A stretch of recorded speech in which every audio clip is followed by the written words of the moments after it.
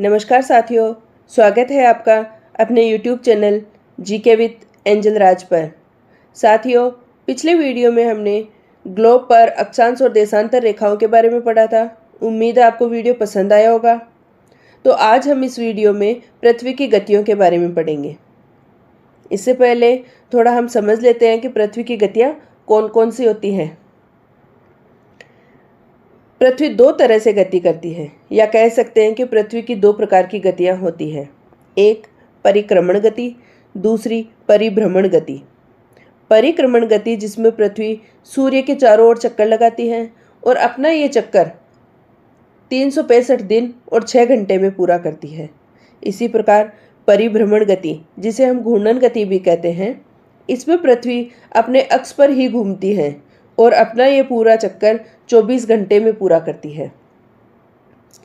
गतियों के बारे में आगे भी हम इसमें पढ़ेंगे कि गतियां से दिन और रात का बनना और ऋतुओं का बनना किस प्रकार निर्भर करता है।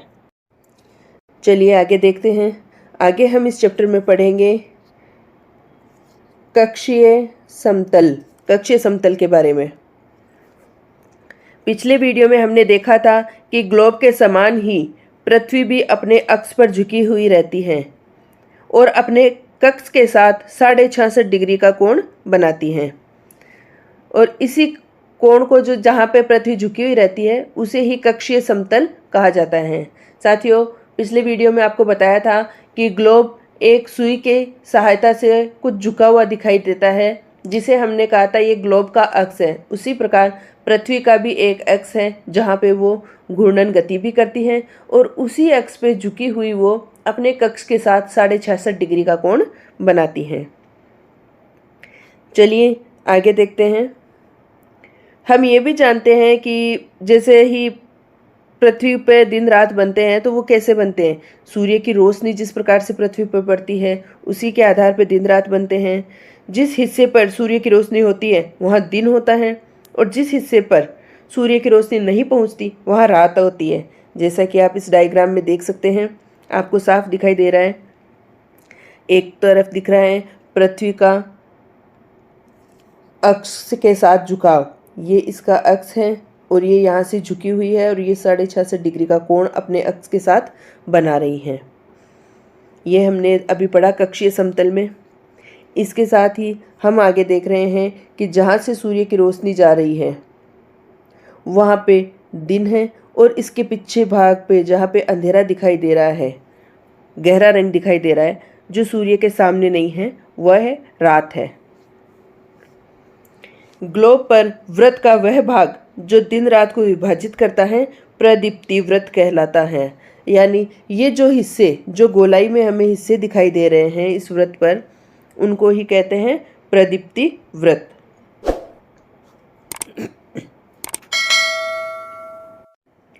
इसी प्रकार हम समझ सकते हैं कि दिन रात का बनना परिभ्रमण गति पर निर्भर करता है। यानी जब पृथ्वी अपने अक्ष पर घूमती है तो दिन रात बनते हैं, और परिक्रमण गति में जो समय लगता है 1 वर्ष का, या कह सकते हैं 365 दिन का और 6 घंटे का। हम उन 6 घंटों को जोड़ते नहीं हैं और यही कहते हैं कि पृथ्वी को सूर्य के चारों ओर चक्कर लगाने में 1 साल का समय लगता है। लेकिन जब इन 6 घंटों को जोड़ा जाए तो हर 4 साल बाद एक दिन बन जाता है। 6 घंटे हर साल के जुड़ते जाएंगे तो एक दिन बन जाता है, और 4 साल के बाद हम देखते हैं कि हमेशा फरवरी 29 दिन की होती है। उस एक दिन को फरवरी में जोड़ा गया है। हमारे यहाँ कैलेंडर में दिन की, साल की, महीनों की गणना करते वक्त उस एक दिन को, जिसमें पृथ्वी सूर्य के चारों ओर चक्कर लगाती है और जो 4 साल बाद में वो 6 घंटे जुड़ के एक दिन बन जाता है, उसको फरवरी महीने में जोड़ा गया है। और उस साल, जिस साल फरवरी महीने में 29 दिन होते हैं, उसे लीप वर्ष कहते हैं। इसी प्रकार परिक्रमण और परिभ्रमण गति के बारे में हम पढ़ रहे हैं। हमने देखा कि परिभ्रमण गति से जिस प्रकार दिन का बनना निर्भर होता है, उसी प्रकार परिक्रमण गति पर ऋतुओं का बनना भी निर्भर होता है। जैसा कि आप डायग्राम में देख सकते हैं, जैसे ऋतु है शरद ऋतु, वर्षा ऋतु, बसंत ऋतु और ग्रीष्म ऋतु।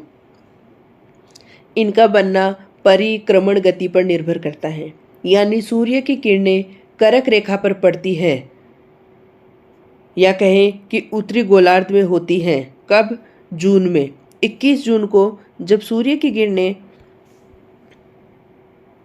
उत्तरी गोलार्ध में होती हैं तब कर्क रेखा पर ग्रीष्म ऋतु होती है। उसी प्रकार जब 22 दिसंबर को सूर्य की किरणें दक्षिणी गोलार्ध में या दक्षिणी ध्रुव पर होती हैं तब दक्षिणी गोलार्ध में ग्रीष्म ऋतु होती है।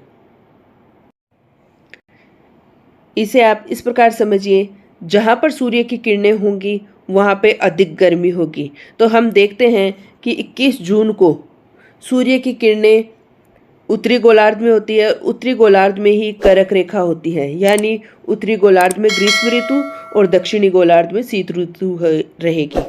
इसी प्रकार 22 दिसंबर को भी हम देखते हैं कि सूर्य की किरणें दक्षिणी गोलार्ध में होती हैं। सूर्य की किरणें दक्षिणी गोलार्ध में होने पर ग्रीष्म ऋतु दक्षिणी गोलार्ध में होगी और उत्तरी गोलार्ध में शीत ऋतु रहेगी। जब उत्तरी गोलार्ध में सूर्य की किरणें गिरती है तो उसे उत्तरी अयनात कहते हैं। उसी प्रकार जब सूर्य की किरणें दक्षिणी गोलार्ध में यानी मकर रेखा पे गिरती है तो उसे दक्षिणी अयनात कहते हैं। हम ये भी जानते हैं कि जिस गोलार्ध पर सूर्य की किरणें पड़ती है वहाँ दिन लंबे और रातें छोटी होती हैं। उसी प्रकार जिस गोलार्ध पर सूर्य की किरणें नहीं पहुँचती वहाँ विपरीत स्थिति रहती है। जैसे उत्तरी गोलार्ध पर अगर ग्रीष्म ऋतु है तो वहाँ दिन लंबे और रातें छोटी होगी। उसी प्रकार दक्षिणी गोलार्ध पर इसके विपरीत दिन छोटे और रातें लंबी होगी।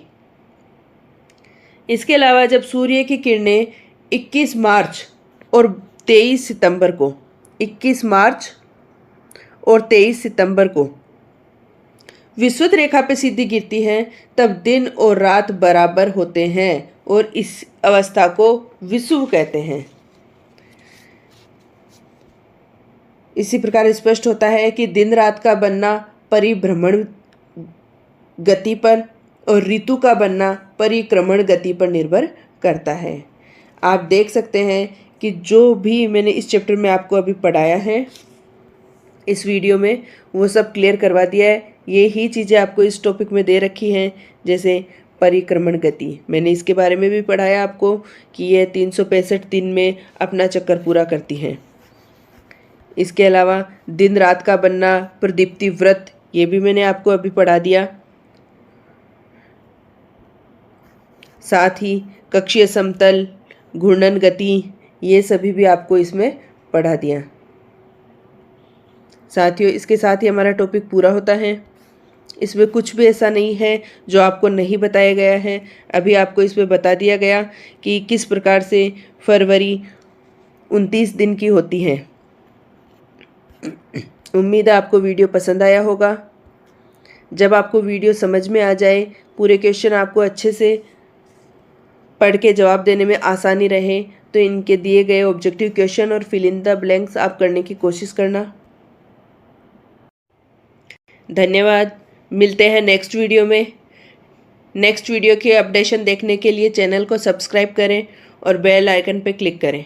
धन्यवाद।